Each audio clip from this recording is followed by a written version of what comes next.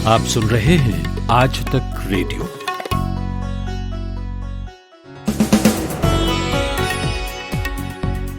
नमस्कार, आज है 7 दिसंबर, दिन है सोमवार और शाम का खबरनामा दिन भर लेकर हाजिर हूं मैं अमन गुप्ता।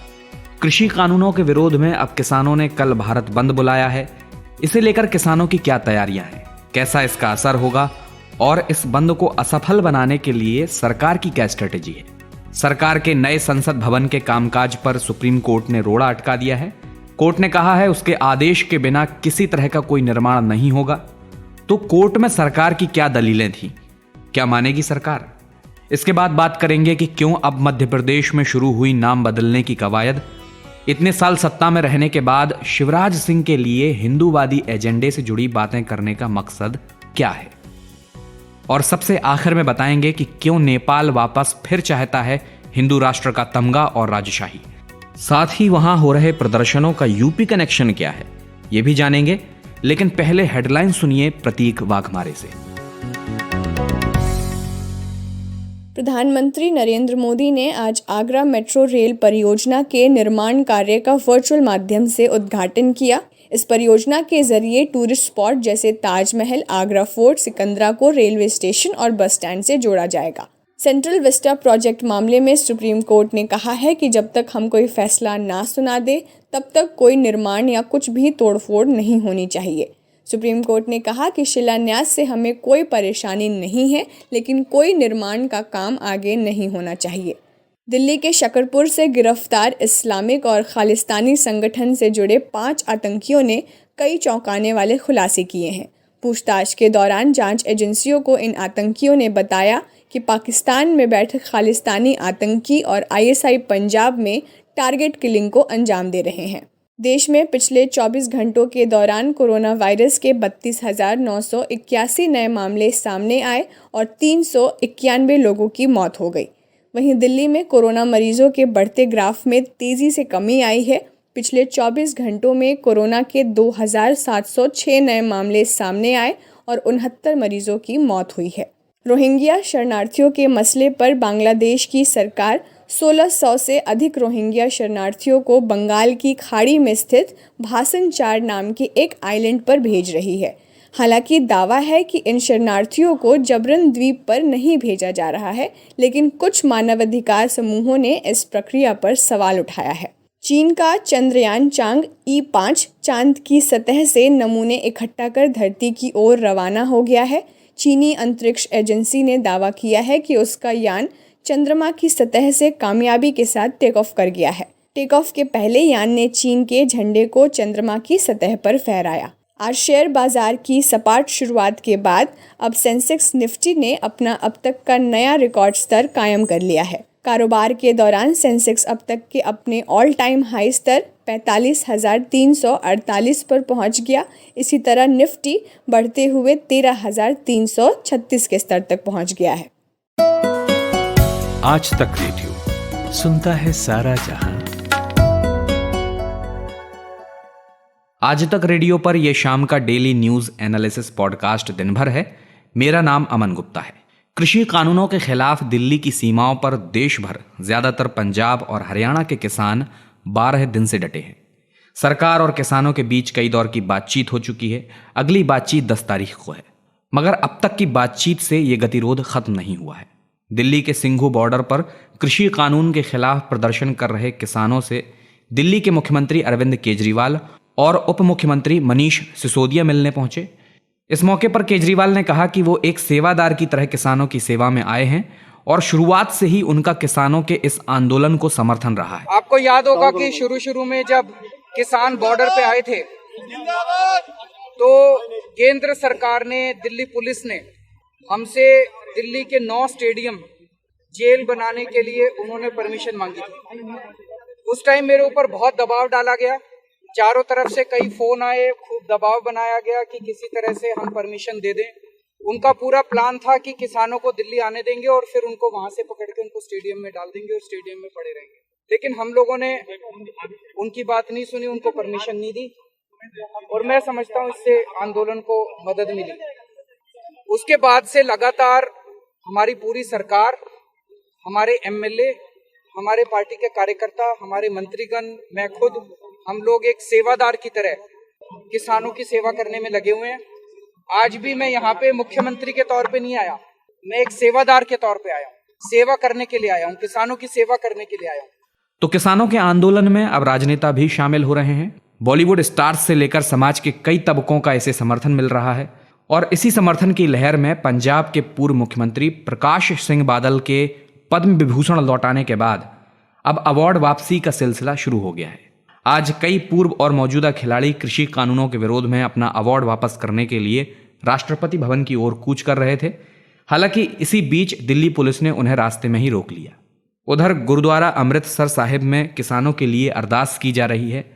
श्रोमणी गुरुद्वारा प्रबंधक कमेटी की प्रमुख बीबी जागिर कौर कहती हैं कि इन काले कानूनों को वापस लिया जाना चाहिए और वे किसानों के संघर्ष में जीत के लिए प्रार्थना कर रही हैं। ਉਹ ਕਾਲੇ ਕਾਨੂੰਨਾਂ ਨੂੰ ਰੱਦ ਕਰਾਉਣ ਵਾਸਤੇ ਅਤੇ ਜਿਹੜੇ ਸੰਘਰਸ਼ ਕਰ ਰਹੇ ਕਿਸਾਨ ਸਾਰੇ ਦੇਸ਼ ਭਰ ਦੇ ਜਾਂ ਸਾਰੇ ਪੰਜਾਬੀ ਜਾਂ ਵਿਦੇਸ਼ਾਂ ਵਿੱਚ ਬੈਠੇ ਵੀ ਵੀਰ ਸਾਡੇ ਭੈਣ ਭਰਾ ਅਰਦਾਸਾਂ ਕਰ ਰਹੇ ਹੈ ਕਿ ਉਹਨਾਂ ਨੂੰ ਫਤਿਹਯਾਬੀ ਹੋਵੇ, ਉਸ ਸੰਘਰਸ਼ ਦੀ ਕਾਮਯਾਬੀ ਹੋਵੇ, ਉਹਨਾਂ ਦੇ ਪਰਿਵਾਰਾਂ ਦੀ ਉਹਨਾਂ ਦੀ ਚੜ੍ਹਦੀ ਕਲਾ ਹੋਵੇ।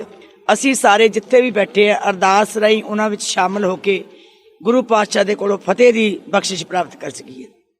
वहीं सरकार है कि पीछे हटने का नाम नहीं ले रही। उसने कुछ सुधारों की बात तो मान ली, पर कानून वापस नहीं लिए जाएंगे ये तय लग रहा है। और नौबत अब यहाँ तक आ चुकी है कि किसानों ने कल यानी 8 दिसंबर को भारत बंद का ऐलान किया है।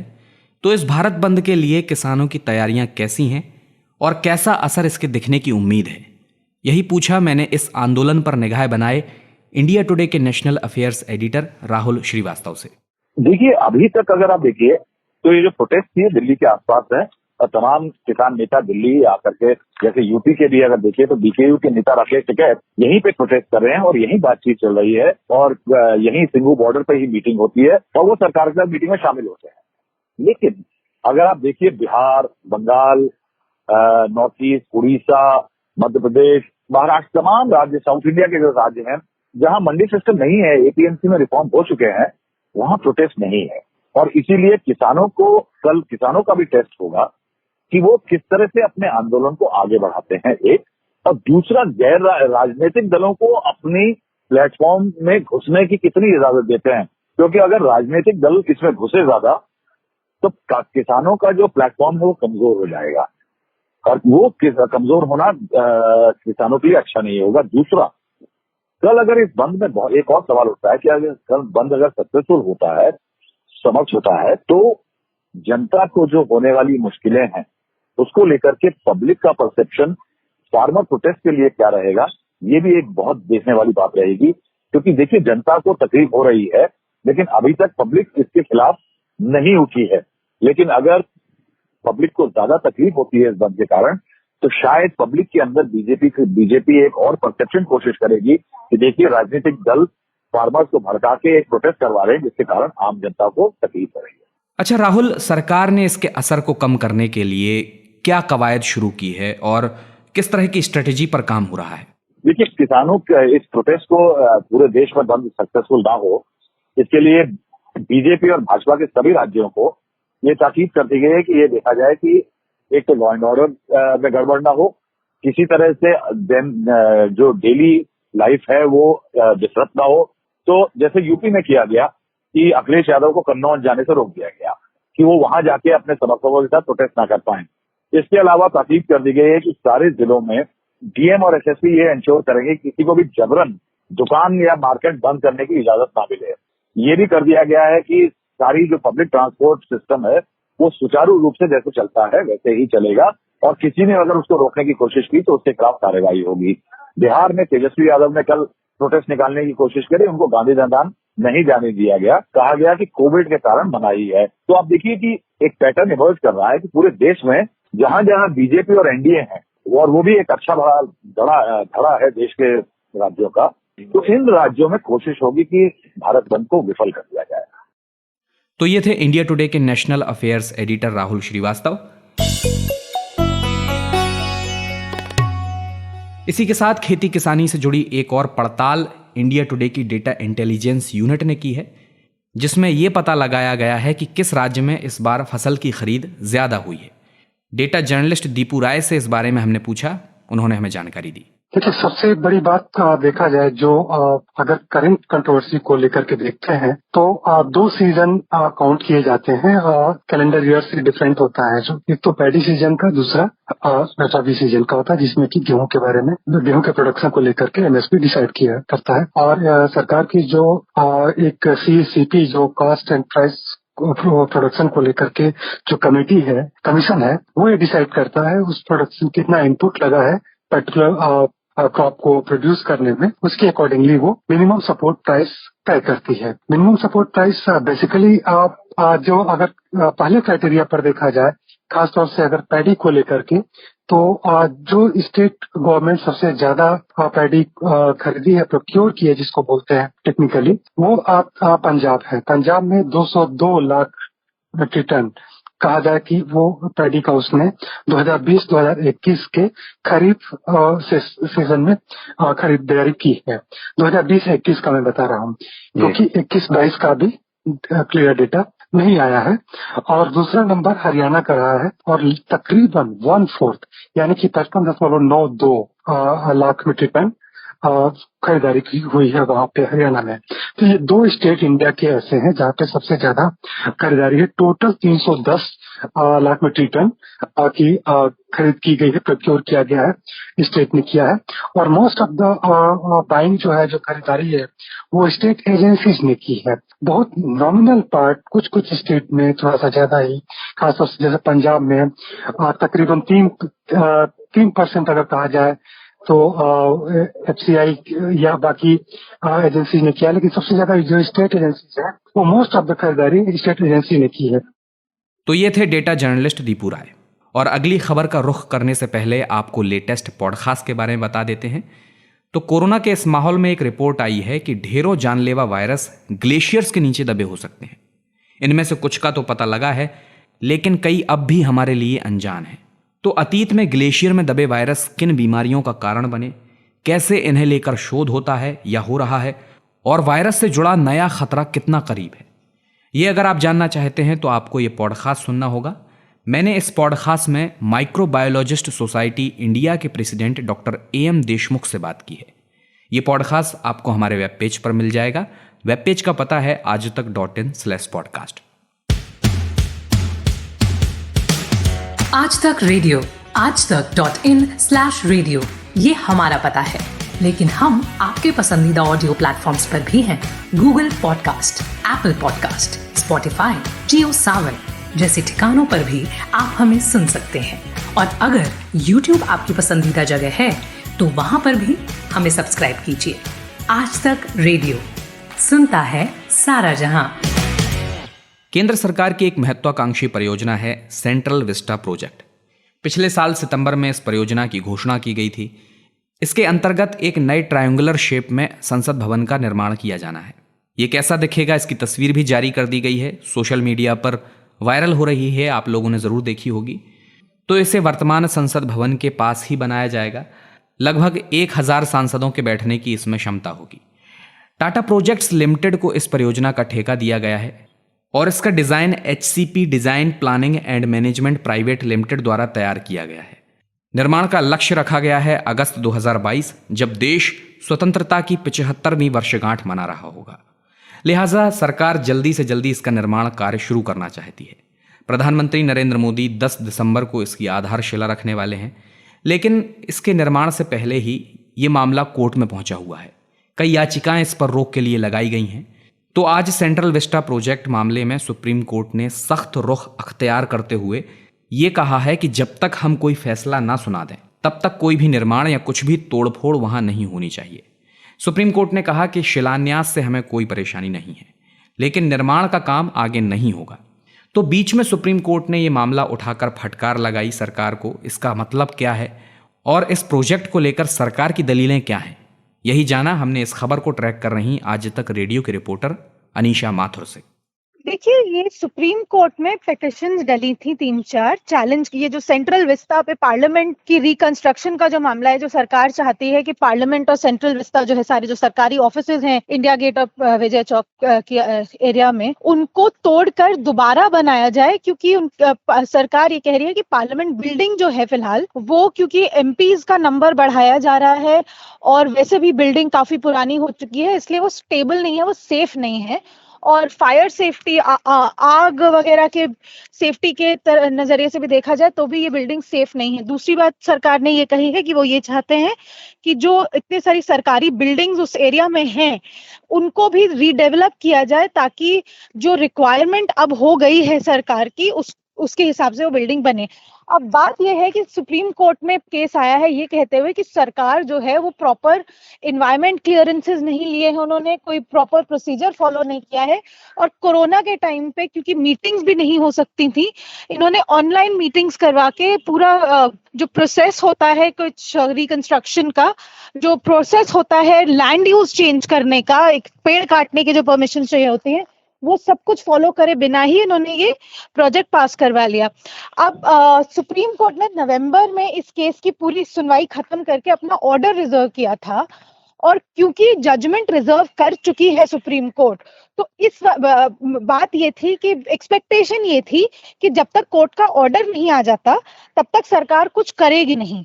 लेकिन अभी क्योंकि पिछले हफ्ते में पार्लियामेंट पे थोड़ी खुदाई का काम शुरू हो गया है, और क्या कहते हैं, भूमि पूजन के लिए डेट अनाउंस हो गई है 10 तारीख की, इसलिए सुप्रीम कोर्ट ने ये सुओ मोटो मैटर उठाया कि हम मीडिया में देख रहे हैं कि आप हमारी जजमेंट से पहले ही यहाँ पे काम शुरू कर रहे हैं, ये आप कैसे कर सकते हैं।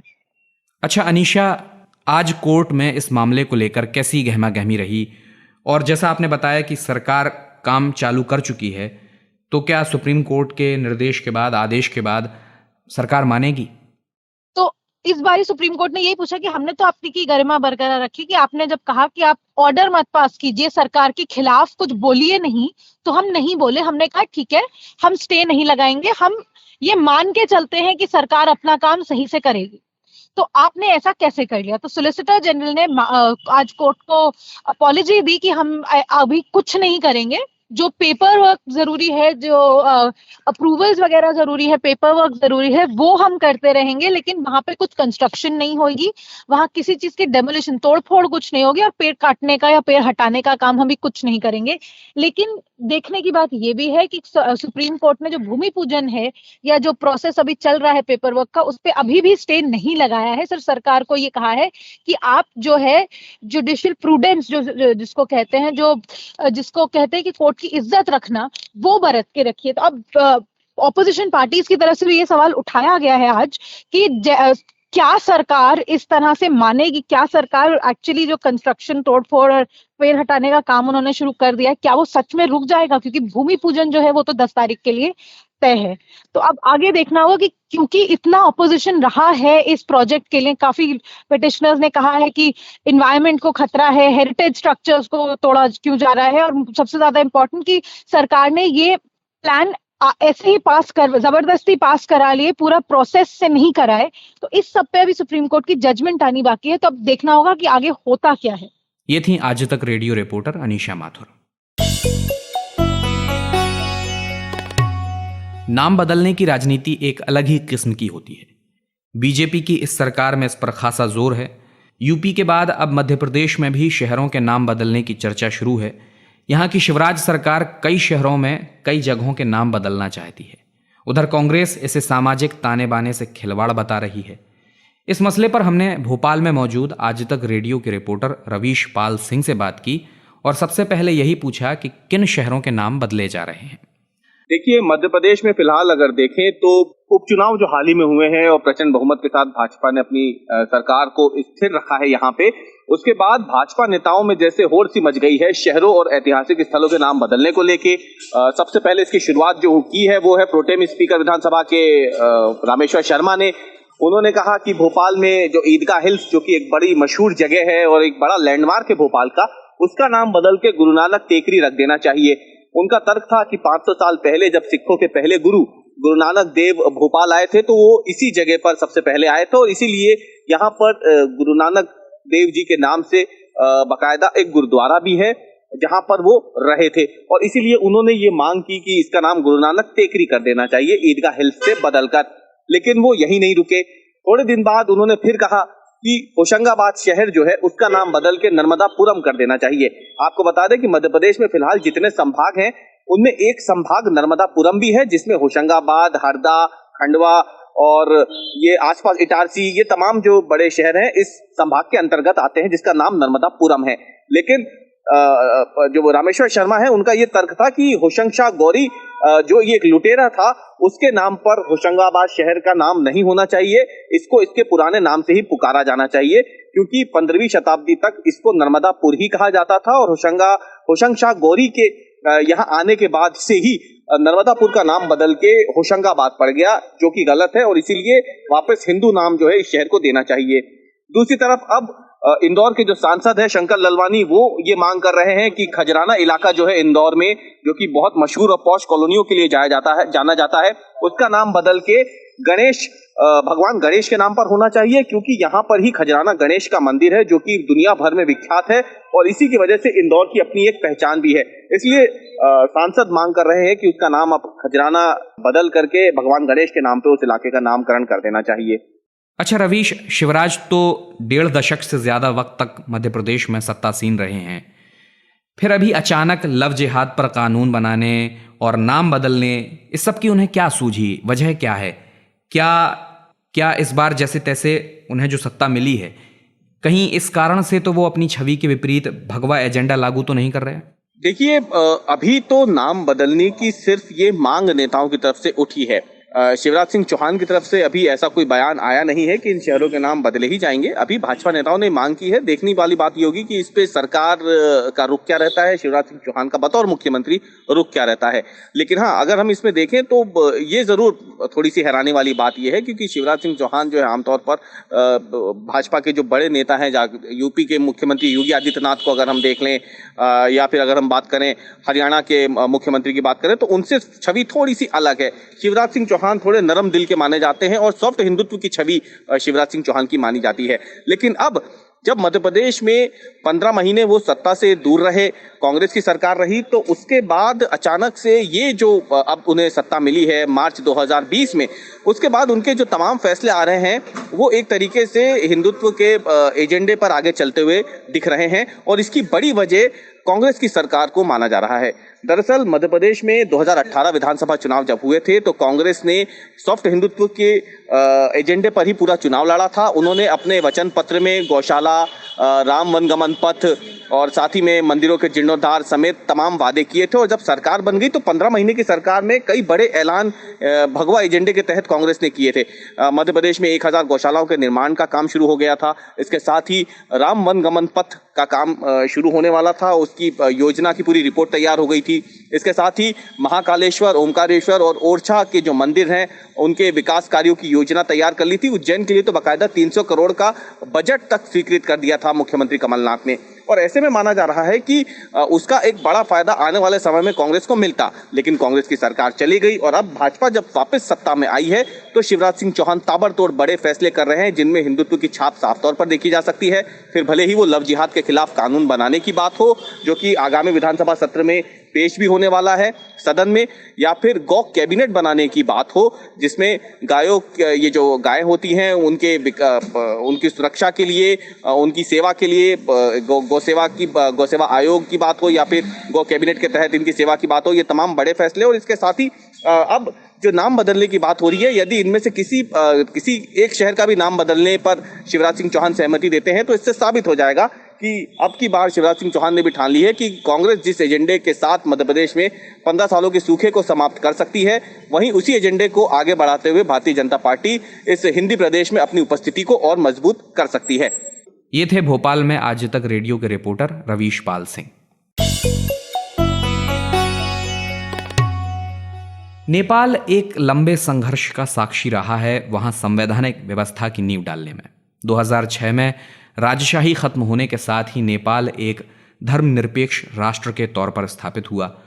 उससे पहले तक वहां राजा का शासन था और उसकी छवि एक हिंदू राष्ट्र के तौर पर पूरी दुनिया के सामने थी। हिंदू राष्ट्र कहलाने का एक कारण यह भी रहा कि वहां की 80% से ज्यादा आबादी हिंदू धर्म की है। लेकिन अब एक बार फिर मौजूदा शासन व्यवस्था के खिलाफ विद्रोह देखने को मिल रहा है। बड़ी आबादी में लोग, जिसमें युवाओं का तबका मुख्य तौर पर शामिल है, चाहते हैं कि हिंदू राष्ट्र फिर नेपाल बने और नेपाल में संहिता को खारिज कर फिर से राज्य संस्था की बहाली की जाए। अभी वहां कम्युनिस्ट पार्टी की सरकार है और केपी शर्मा ओली प्रधानमंत्री हैं। तो इस विरोध की वजह क्या है? क्यों दोबारा हिंदू राष्ट्र और राजशाही वापस चाहते हैं नेपाल के लोग? यही पूछा मैंने आज तक रेडियो के रिपोर्टर सुजीत झा से, जो नेपाल में रिपोर्टिंग करते रहे हैं और वहां की राजनीति की बखूबी समझ रखते हैं। देखिए, नेपाल एकमात्र पूरे विश्व में ऐसा राष्ट्र था जो हिंदू राष्ट्र के रूप में जाना जाता था 2006 से पहले। 2006 में उनका संविधान बना, उसमें इसे धर्मनिरपेक्ष राष्ट्र घोषित कर दिया गया। उसमें कोई बुराई नहीं थी, लेकिन उस समय के जो माहौल थे, जो राजनीतिक माहौल थे, जो उनके अमेरिकी राष्ट्राध्यक्ष के साथ जो संबंध थे, भारत के साथ जो संबंध थे, उसमें काफी ये उचित लग रहा था। लेकिन आज के दौर में देखेंगे तो नेपाल में कम्युनिस्ट सरकार है और माओवादी कम्युनिस्ट ये सब मिलके सरकार, एक संगठित सरकार वहां पे चल रही है। लेकिन जनता बीच बीच में ये उनके मन में जरूर होता है कि जो वो राजशाही के दौर में जो नेपाल का जो वैभव उन्होंने देखा था, वो उसमें कहीं ना कहीं हरास आया है। एक जिज्ञासा थी कि शायद राजतंत्र से ये बेहतर होगा, लेकिन उस तरह का हुआ नहीं, क्योंकि भ्रष्टाचार और जिस तरह के नेताओं का आचरण रहा है, इसको लेकर भी लोगों में काफी आक्रोश रहा, खासतौर पर नेपाल की जनता। आपको पता है नेपाल की जनता काफी भोली भाली होती है, और ऐसे में जिस तरीके से वहां पर सत्ता के लिए जो उठापटक जो जिस प्रकार के होते हैं, उससे उन्हें लगता है कि राजशाही ही सही शासन रहा था। और दूसरी तरफ हिंदू राष्ट्र कहलाना, एक पूरे विश्व में एकमात्र ऐसा देश हो जिसको हिंदू राष्ट्र का तगमा मिला हुआ था, वो भी छिन जाना, ये कहीं ना कहीं लोगों को खलता है। और इसकी को लेकर आज आप देखेंगे पिछले 10 दिनों से पूरे नेपाल के हर एक बड़े शहर में, जिलों में लगातार प्रदर्शन हो रहे हैं और फिर से हिंदू राष्ट्र बनाने की मांग हो रही। अच्छा सुजीत, नेपाल की बड़ी पार्टियां, Nepal Congress party, communist party लोकतंत्र की पक्षधर रही हैं। उन्होंने संविधान से हिंदू राष्ट्र की नेपाल की छवि को हटाने में बड़ी भूमिका निभाई। अब अगर राजनीतिक तौर पर देखें तो इसका कैसा असर पड़ेगा? देखिए, जब ये 2006 में जब संविधान में धर्मनिरपेक्ष जोड़ा गया, नेपाल को घोषित किया गया धर्मनिरपेक्ष राष्ट्र, तो उसमें कांग्रेस का बहुत बड़ा, नेपाली कांग्रेस का बहुत बड़ा हाथ था। और गिरिजा प्रसाद कोइराला, प्रचंड, ये तमाम लोग, माधव नेपाल, ये लोग चाहते थे कि जिस तरीके से भारत में धर्मनिरपेक्षता को लेकर जिस तरीके से राजनीति चल रही है, उसी प्रकार से नेपाल में भी लाया जाए। लेकिन नेपाल में आपको पता है कि वहां की आबादी लगभग 85 से 90% से ज्यादा, बल्कि कह लें कि हिंदू निवास करते हैं वहां। तो ऐसे में एक राजनीतिक तौर पर लोकतंत्र तो अभी भी है, लोकतंत्र, लेकिन उसमें वो चाहते हैं कि हिंदू राष्ट्र हो, इस मायने में उसका एक नेपाल में भी राजनीतिक प्रभाव पड़ेगा। दूसरी तरफ भारत में भी इसको मैं देख रहा हूं कि इसका असर डालने की कोशिश हो रही है, खासतौर पर उत्तर प्रदेश, जो कि नेपाल से सटा हुआ राज्य है, और वहां 2022 में चुनाव होना है। और उस चुनाव के मद्देनजर भी नेपाल में इस तरह की मांग उठाई जा रही है हिंदू राष्ट्र का। और ये मान के चला जा रहा है कि 2022 में जो उत्तर प्रदेश में चुनाव होने हैं, उससे पहले नेपाल को कहीं राजनीतिक तौर पर ये मजबूर न होना पड़े कि उसे हिंदू राष्ट्र फिर से घोषित कर दिया जाए। तो इस तरह की बातें चल रही है। हालांकि प्रधानमंत्री जो ओली है, भारतीय कम्युनिस्ट पार्टी के हैं, लेकिन ओली का इसमें कहीं ना कहीं समर्थन जरूर है, और खासतौर पर सेना का भी समर्थन। आप देखेंगे कि जितने भी प्रदर्शन हो रहे हैं, काफी शांतिपूर्ण प्रदर्शन हो रहे हैं, और इसमें किसी प्रकार का वायलेंस, हिंसा की बात अभी तक नहीं आई है सामने। ये थे आज तक रेडियो के रिपोर्टर सुजीत झा। खबरों की हलचल और देश विदेश का मिजाज आप सुन रहे हैं आज तक रेडियो। तो आज के कार्यक्रम में बस इतना ही। आज दिन भर की मिक्सिंग कर रहे थे हमारे साउंड के साथी कपिल देव सिंह। अगर कार्यक्रम से जुड़ा आपका कोई फीडबैक रहता है तो आप हमें radio@aajtak.com पर बेझिझक ईमेल कर सकते हैं। आपकी शिकायतों, आपके सुझावों का स्वागत है।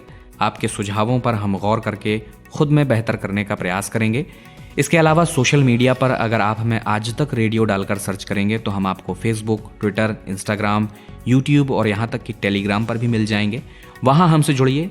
हर पॉडकास्ट का अपडेट वहाँ समय से आ जाता है, आपको खोजने में आसानी होगी। अब अमन गुप्ता को इजाज़त दीजिए, कल फिर मिलेंगे। नमस्कार।